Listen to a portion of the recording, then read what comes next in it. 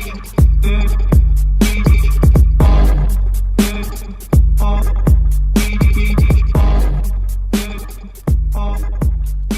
up, everybody? What's going on?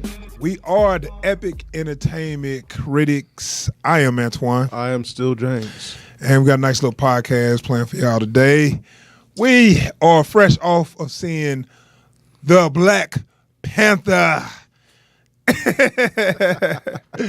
So we did our trailer reaction. That was like in June, wasn't it? They dropped their the first teaser. First teaser, So I mean, we've been ready to see this mother for about 7 months. So yeah, we've been at about an 11 for about half a year now. Yeah. Just waiting, ready. So we finally saw it. Of course, we saw it opening night, like I promised, and it did not disappoint. Did not disappoint, man. This was a dope ass movie. I was impressed. I don't think too many people. I mean, you're gonna have your haters, but they reaching stuff. I've been hearing the haters. They just been reaching. They've been trying to say stuff, but it's like, okay, whatever. Like, and all the almost good points I have been hearing are from folks that haven't watched the movie and thus don't get why their good point isn't a good point. Yeah. So we had quite the experience, man. So the people I was sitting next to, man, this girl was actually taking selfies like before the movie started. What? Yeah, she taking selfies. Flash. Click. Had to let folks know she had Black Panther. Yeah, I mean, she had the post or whatever, and I'm looking like she had the bright flash on. Just I'm like, oh my God, are you serious? I had seen the lights popping off from your end. Yeah, but she was over there taking selfies. Someone at the opposite end, like I was watching theirs go off, and I'm just looking like out the corner of my eye, like, if you ruin this for me. Luckily, when the movie started, she was cool. Yeah. But before the movie, she was taking selfies. They were talking loud, and I'm like, all right, whatever. So, but anyway, it was cool. And I was praying. I was like, please, black folks, don't act a fool. Just enjoy the movie, please. So, I had my fucking fingers crossed. I'm like, don't get wild. Please don't get too wild. Yeah, and it went off without a hitch. It was a great movie, great experience. People had on dashikis and shit, and it was fun. And the movie was excellent. So now we're gonna jump into the movie, man. We're gonna talk about the actual movie of the Black Panther. Now, the Black Panther was a character created by Stan Lee back in 1966. His first appearance was in a Fantastic Four comic. He was kind of a side character at first, and then after a while, they I think people started taking so much a liking to him that they went on ahead and gave him his own comic. And I was always familiar with this character, even back when I was like reading comics when I was younger, and I was like, okay, I didn't know it was a black guy. Like, I didn't know nothing about him. I just knew I had like collect comic cards, and I seen his card. I'm like, the Black Panther, huh? I wonder what he can do. I didn't think nothing about it. If he was a black guy or nothing. Then I found out later more about him. He a king of African country, and then I'm like, oh wow, it made me look into him more. Because like when I finally I had seen him peeking into like other folks' comics every now and again, and finally like the first time I'd actually read a Black Panther heavy comic, it was Black Panther and Storm. And it was like it was after their marriage had been dissolved. It was I wasn't cool with that, man. Yeah. I thought they made a good couple. I thought they wrote themselves into a corner on that. Yeah, I mean, I guess people was feeling like, why the hell the two African people's only got to be with each other? You know what I'm saying? Like, it wasn't even so much that they dissolved that marriage, but like the way it happened. Like, I'm like, come on now. Yeah, I ain't even familiar with what went wrong with that or whatever, but I was just wondering, people probably was like, why the only two black characters got to be with each other? You know what I'm saying? But like those two, like I love their dynamic when they were on. So like that was where I met T'Challa, like outside of being the Black Panther. And so like I'm like, wait, so you tell me this dude is not only is the dude with the cool suit and the claws a black dude. Mm-hmm. So now I got someone else to add to that list, but he's a king. Yeah, I was feeling him. and a lot of people ain't familiar with. They had a motion comic to come out a few years ago, like in like '09 or something. They had a Black. They was doing like a little Marvel Knights series, and they did a motion comic of Black Panther. I think it was like 6 episodes maybe, and that's damn good. Check that out, people, when you get a chance.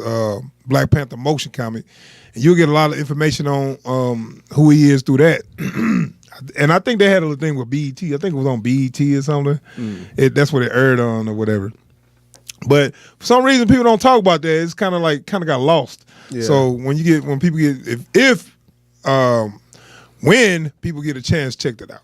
So now they went on ahead and I'm about to say pull the trigger, but they went on ahead and gave the green light on the Black Panther movie. He debuted it on the big screen in Civil War, and with his reception in Civil War, people was like, "We want to see more of that guy."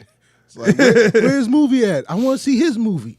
And I think they was scared to do it for the longest, and I think they was like, well, let's bring him in the other movie and see how people kind of respond to him or whatever. Because it seemed that this is what I be hearing about the argument about black superhero stuff. Oh, we're not racist, but a black superhero just don't sell. If you look at the numbers, when you got a movie starring a black guy, it don't sell like that, especially in other countries, blah, blah, blah. Right? So that was their argument for so long. But the thing is, how you ever gonna get past that if you never try? Yeah. So you kill the stuff before it's even tried. That's what was the argument. It's like, well, we could give Black Panther a movie, but a black-led superhero movie ain't gonna sell. So like, we'll give you Falcon.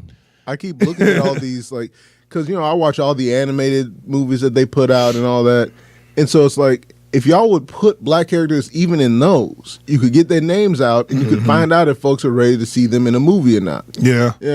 But they won't use them. See, but the thing, my thing is, if you make a good character, he just happen to be black, it's going to sell. Make a good character, make him have good struggles. He just a black guy. you know what I'm saying? And that's the thing, like, it's so hard to educate people on, like, it's not so much that we want any black character at any cost. Right. We just want good characters that are black. Exactly. That's it. Like, if the character is well written, if the character is, played well, it doesn't matter that it's a black guy, because that's not what you focus on. You focus on, man, when that character had to make that choice and go through that ordeal. That's what that's eventually the level I would like to get to, where the focus ain't that the person is black. The focus is what they do and how cool they are. We go. Now, this is going to be somewhat connected to the Avengers by saying, well, the character was debuted in Civil War, but that was kind of like a mini Avengers movie almost. Yeah. So basically, Black Panther is one of the Avengers. He's like a part-time Avenger, I guess you could say. So he always been Avenger, but he always, he take care of his country first, and then he go do, Avenger shit or whatever. Usually it's something have to do with his country. Yeah. But then because he is both head of state and head of his own Secret Service. So yeah, so I mean, back and forward, that's cool. So they introduced that character, and they kind of just gave us a glimpse of who he was. We found out he was a prince of Wakanda. His father, T'Chaka, was the king, and we didn't really know too much about that. So now you flash forward a little bit, Civil War, you find out his Black Panther is the title of the protector of Wakanda or whatever. So now we got this movie, and everybody know his father died in Civil War, and he rightful heir to the throne of Wakanda. So now this is kind of like where this movie's pick up at. He go back home. This is after events of Civil War. T'Challa go back home and go back home to Wakanda, and then he's gonna have to be named king. So you got your main character, Black Panther, played by Chadwick Boseman, and you also have in charge of the Royal Guard. Is that the Dora Milaje? Yeah. and that's played by Danai Gurira. People know her as Michonne from The Walking Dead. They did an excellent job. His love interest was Lupita Nyong'o. I think I said her name right. Nyong'o. Yeah. What's her name in the movie? Do you know? I cannot remember. Like, even when I was watching the movie, forgot. like I would have it in my head for 5 minutes and then gone. And then you have his sister, Shuri. What's her real name? Do not know. Ah, shoot, I forgot her name. She's a good actress though.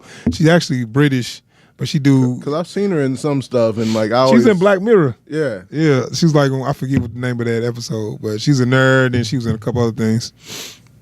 So she's up and coming. She's nice and up and coming. So those are curtains. So let me ask you, what you think of Chadwick Boseman portrayal as T'Challa? One thing that's kind of really made me really enjoy the way he plays the character is he's quite possibly the most likable version of Black Panther. Like, because in the comics, like, he's real hard nosed. Yeah. And like he's never not the Black Panther. Like, yeah, he can't just walk down the street and, you know, pick some shit up and go about his business. Like, he's always in that mode, and it does tend to wear on you. Yeah, I mean, I like Chadwick Boseman as his character, but I think he might have been just a little too laid back. Yeah. I mean, that was my only complaint about him as T'Challa. Like, I don't think T'Challa is he's not too eccentric, but he was like a little too laid back. Like, he almost seemed like he was kind of like, I don't know, he wasn't high, but it seemed like he was like on something to melt him out. Like, especially, you know, coming off of you know, Civil War. Yeah. You know, where he was, you know, he was on 11 constantly. Well, yeah, I mean, I guess that the was circumstances. Right. But, you know, it's like, so now seeing it's like, oh, he ain't always there. Right. So I mean, I thought he did good. He got in tremendous shape for the role. You know, so but I think I was actually liking some other characters a little more than I liked him, and I'm gonna get to all those other characters. I was really thinking he was gonna get most improved physique for this movie, but he lost that. Yeah, he lost that too. And we're gonna get to your boy Michael B. Jordan, boy, because he was a hell of a character. Wow. But yeah, so moving right on down the list. Okay, now like I said, he go back home and he's gonna be named king and all that. Now this part was a little nitpicky for me, where the movie was over 2 hours and maybe 2 hours 10 minutes, so it was over 2 hours, and I didn't have a problem with the runtime because the movie kept me into it the whole time. But the problem I had was some of the ceremony part just went on just a little too long for me, because they did a lot of African. And they did their research, I guess, and they did a lot of African ceremony, which that fits the story, because once he became the king, it was a big ceremony kind of thing. I just thought that ceremony went on just a little too long, because the movie jumped off from there, far as what was going on with the kind of the Marvel superhero aspect of it came after that, you know, big ceremony. You know what I'm saying? I think part of it was like they put a lot of effort into trying to say, look, you know, and this is one of the few times where I'm not offended by the ideas. Like, it's basically them saying, look, we woke enough to not just say, oh yeah, sure, we know how this stuff works. Like, they actually went through and like they actually even tried to figure out what would Wakanda look like, since they didn't have any they did overtones. Yeah, they did a lot of stuff. I think but like they showed the big shot of Wakanda, but then it seemed like once they did that big shot, you didn't see too much of Wakanda. Like, they kept every shot close. Yeah. Like, we ain't really got the budget to to keep on showing y'all. We ain't gonna change shit. We gonna give you a CGI look from a distance. We might loop this flying track. Yeah. But, like they walk by the same background 8 times or something. It's like them old cartoons and shit. Like, wait, didn't y'all just land in this building? I thought y'all was leaving. But no, that was just like, I just thought the ceremony went on just a little too long. I like a lot of the stuff in it. Of course, all the imagery was just amazing, off the chart. But it was like, okay, when we're going to kind of get to the meat of the superhero aspect of the movie. And I'm thinking like kids might get a little impatient with that, because that went on by how long? Maybe 25 minutes. 25 minutes. Yeah, which not bad if you want to learn about the African culture, but a lot of kids came for a superhero movie. Right. You know what I'm saying? And like that's the kind of stuff that in these kinds of movies you would usually relegate to something of a montage. Yeah, or it could have been a montage, or it could have just been shortened down to maybe like 10 minutes or so. But like I felt like I was there watching this whole thing. I'm like, okay. Yeah, because when they did the I was like, okay. And that was my only problem, where I was feeling like I wish they get to something else, which and no disrespect, because I'm not saying I don't want to see no Africans. No, I just saying the whole ceremony just took a little too long. That's all. So moving on to that, we can get to where the meat of the movie start, and that's when they got to catch a claw. And that's kind of like where, and they kind of, and a lot of people saying it's like a James Bond movie. It was very much like a James Bond movie. Oh, they got a Q division. They went so far as to, before James Bond go on his missions, what'd he do? Get his gadgets. Gotta get his gadgets. Yeah. So they do the same. They kind of did the same little thing. I've been working on something for you. Like every James Bond movie, right after you get his mission. Hey, so James, I've been working on this new. Right. Q be like, show him all this. Hey, he so demonstrated. You know how you like that one thing you had always did this? Yeah. Well, I done punched it up for you. Yeah. It demonstrated, and your next mission you can do this, make some jokes or whatever. And granted, they did it a lot better. Yeah. And especially like if you didn't already like Shuri. That scene made you like. Yeah, she was hella cool, man. She was funny. She didn't make jokes that just seemed like that don't belong, or she just forcing it. Yeah. No, she had good chemistry with him as her brother. You know what I'm saying? Like, I'm sitting there like, are we sure these two ain't related? Because I swear they grew up together. Yeah, that whole, when she see him say, "My king," like stop, like yeah, okay, like that's something a brother and sister would do. You know what I'm saying? So I was like, I was feeling the chemistry there. So all the actors just knocked it out of the park for real. I can go on about everybody for real in that movie. I didn't see nobody that was too much. Now I do got a little complaint about one of the actors, but that's a little later down the line. We'll get to that. But I was talking about Claw, but he was just a little too over the top. But we'll get to that. He's a character actor. I know, but goddamn, he started to get a little cartoony. He was like, like goddamn, you want to hear my mixtape? Yeah. Hey, boss, give him the SoundCloud link. I don't want to hear your fucking music. Don't make me listen to your music. I wonder what it would sound like. I was actually really curious. Okay, so DJ Claw. Yeah, so they got so they get to this casino, and this is right out of a James Bond movie for real. You know what I'm saying?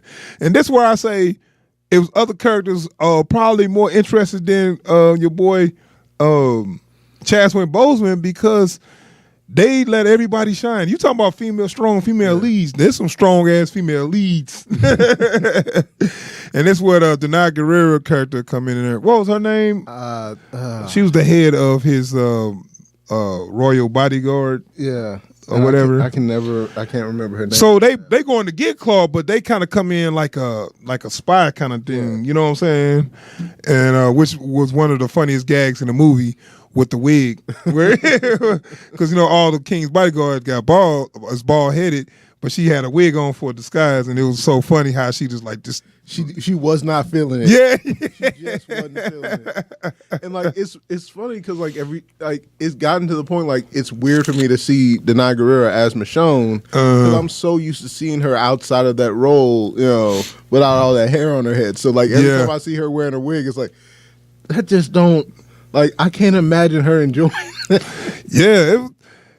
So she was bad. She was a badass boy. Man. I mean, she's in the top 5 for most ass kicked in this movie. Yeah. Yeah. So that whole sequence was just badass. And then even his Lupita Nyong'o character was a strong female too.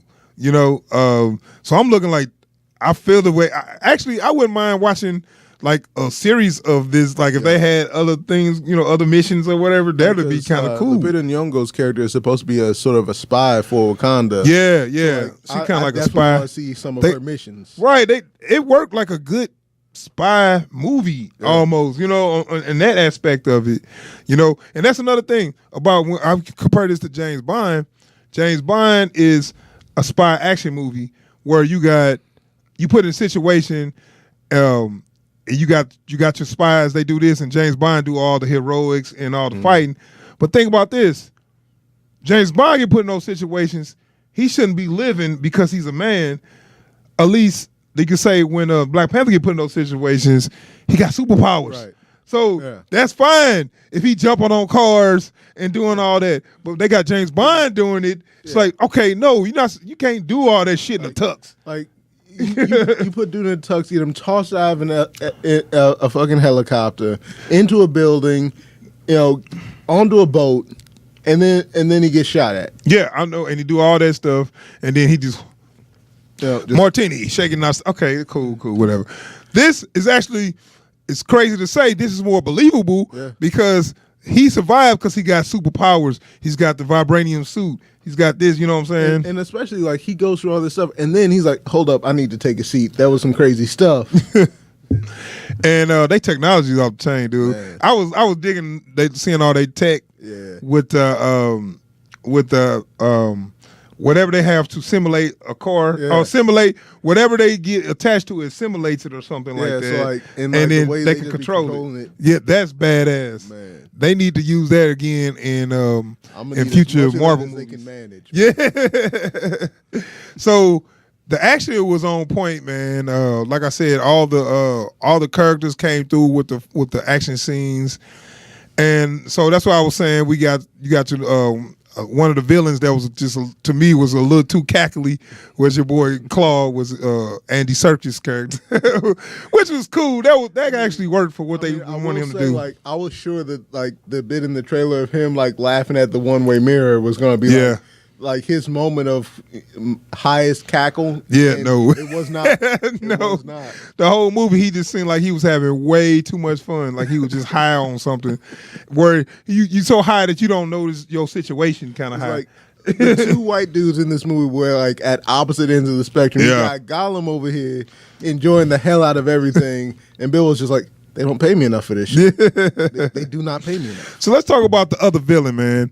You're pretty much your main villain. Turn to your main villain. I thought they was gonna have Claw, and I complained about him just a little bit early on because I thought that maybe he's gonna be the same old.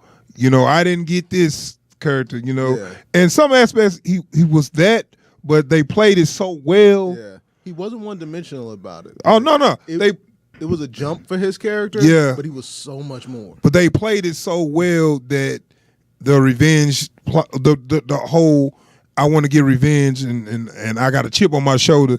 It worked. It was like one of the fleshed out villains that they don't, because he wasn't just evil for no damn reason. And like he had reasons. That's been one of our biggest like, and that was Michael B. Jordan playing Eric Killmonger. Go ahead. Right, and that's been one of our like points of contention on a lot of these comic book movies is the bad guy's just a bad guy because they needed a bad guy.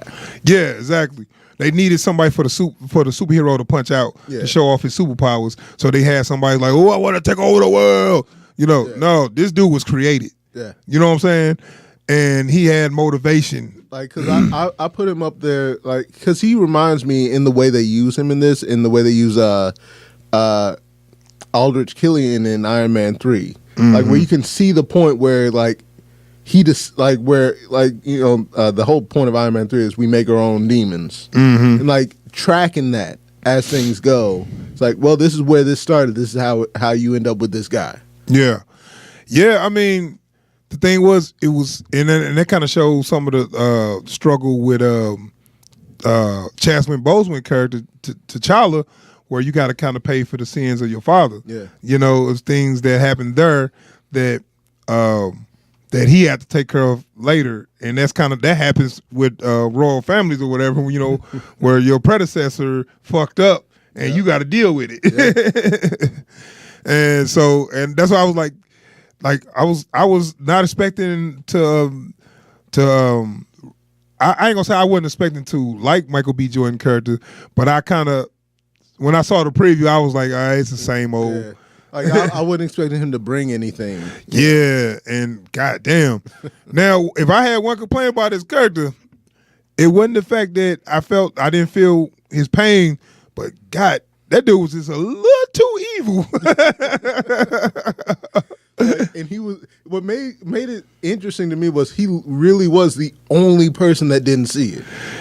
Yeah, I mean, maybe it's just like he had a chip on his shoulder. I don't want to go into spoilers. I'm just going. He had a chip on his shoulder, and that gave him some good character development. And he was so I don't give a damn. He was so I don't give a fuck that I got to the point like, whoa, damn, okay, step back, bro. Right, and it's like I was like, I feel I couldn't really stay with him. Yeah, you know what I'm saying? I felt where he coming from, and I felt what he was trying to do. But he even made like some halfway decent points. Well, he made a lot of good points. That's why I say I feel him, but I can't go about it being that damn evil about it though. Yeah, we need to. Yeah, whoa, wait, what? I didn't sign up for this. Right? It's like he got you to join his cause, and then he started doing some stuff that was a little out of hand. It's like, wait a minute, whoa, you getting a little too.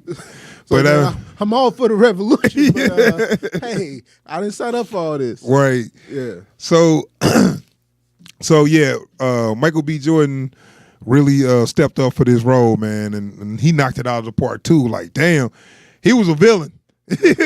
Like, in every sense of the word, he was a villain. Yeah, and he physically got way. God damn, like dude got jacked up for this role. I was like, damn, because I was poking a lot of fun at that one shot they showed of him in the museum in the trailer. Yeah, looking like designer, right. know. And then like there's a scene where he's ready to get into a fight and he ain't got to shut up. I'm like, where the fuck all this come from? Yeah.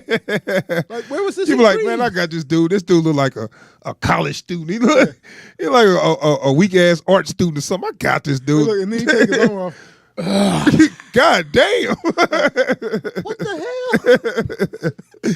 So I mean, damn, yeah. Michael B. Jordan showed his ass and respect on that. And for the director, Ryan Coogler, and he worked with Michael B. Jordan a lot too. He did like 2 other movies with him. Matter of fact, I think that's the only 2 movies he directed was Fruitfield Station and Creed. Mm-hmm. So Michael B. Jordan is his boy, but good choice though, because I mean he knocked it out of the park. I was skeptical, but damn. Yeah, so you got me on that. So I mean, we could talk about the climax of the movie. I had a couple issues, but I guess I could say that for the spoilers. Yeah. Other than that, man, I guess we can push to characters if you want to go back. Well, we kind of threw the characters in there. I mean, we got a couple characters left. We got Forrest Whitaker. Who? Forrest Whitaker, Zori, and Martin Freeman as Everett Ross. Yeah, Martin Freeman as Everett Ross. I mean, he was cool. I kind of like what they did with him, where he basically he was the white guy in the group, and but that's what I'm saying. They kind of made him. They didn't make him overshadow anybody.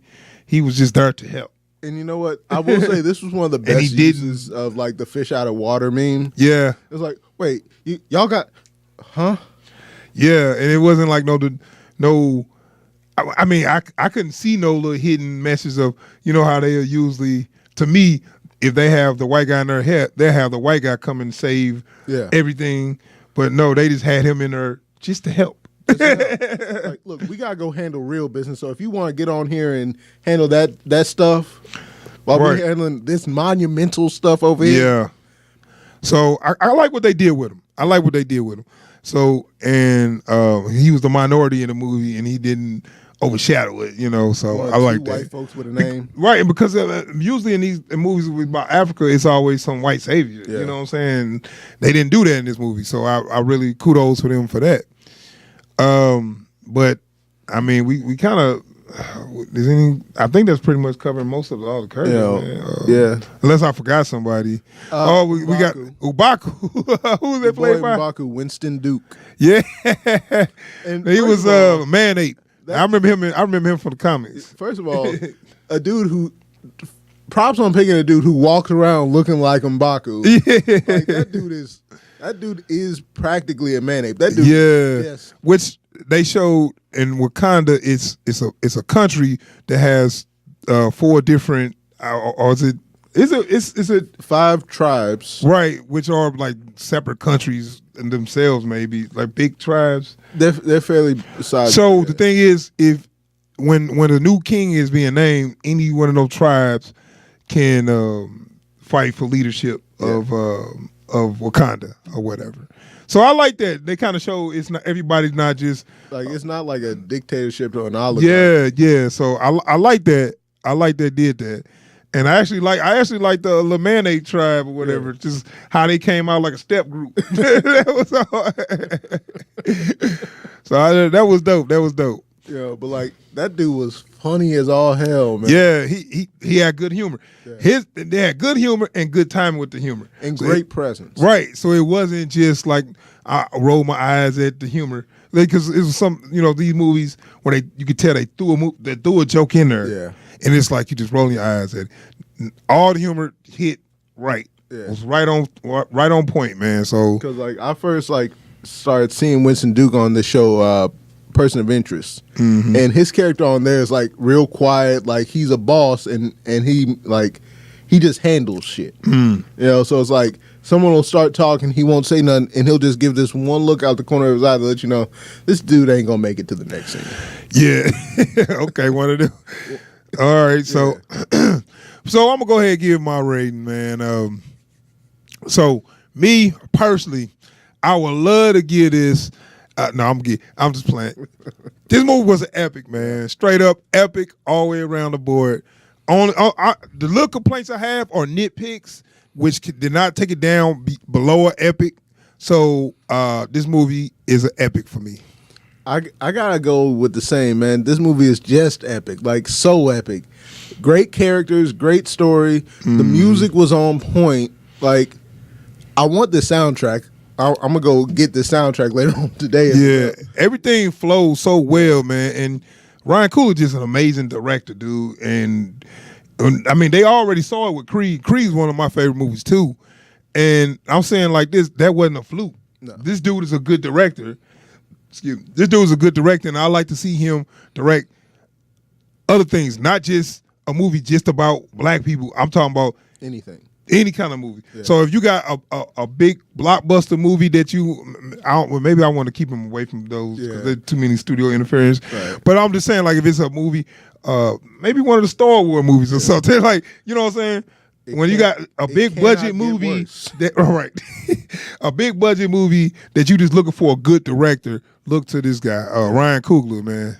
I'd like to see more of him in the future. Definitely. And the thing, like, if there's one thing I want to like point out as for what makes Black Panther an epic, take the race side of it, take all that out. That ain't got nothing to do with it. What makes this movie so great is that unlike a lot of comic book movies, it's not a plug and play piece. This movie is a living, breathing thing. When stuff happens, you feel it happen. Yeah. And everything has consequences. Yeah, it was a standalone. It was a standalone far as being a Marvel movie, not just made to connect other Marvel movies. Right. You know what I'm saying? Because some of the movies you can say, that was cool, that helped connect the movies to the other one. But okay, so this now we know this movie and this movie, are in the same universe, so cool. But right, we know they're in the same universe, but the movie was standalone. Right. So it was there you have it. We both gave it an epic. It's not, and there wasn't a bias. It wasn't a biased decision. It was just an epic movie. It was good, man. The writing, the directing, the acting, everything was just on point. So we're gonna go ahead. We wrap up our movie review for the Black Panther, and now we're gonna jump into our spoiler discussion.